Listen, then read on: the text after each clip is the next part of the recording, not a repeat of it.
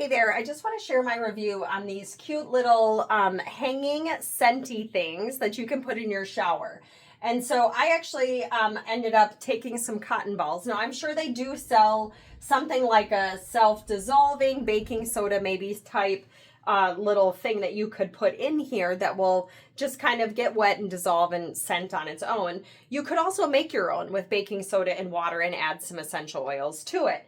And so what I'm going to do though for just ease of use is I'm going to just stuff it with cotton balls, and when it starts to look nasty I can just take it out.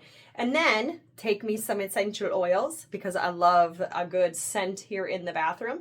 Drip it on there and then hang it here on my little soap rack. And then once it gets nice and steamy here in the bathroom, you can enjoy that aroma. And just keep your essential oil handy so that you can rescent it the next time someone else is in here in the shower. So it comes as a 2-pack. I got yellow and blue, but I just kind of wanted to show you it, how I'm using it in my bathroom. So super fun.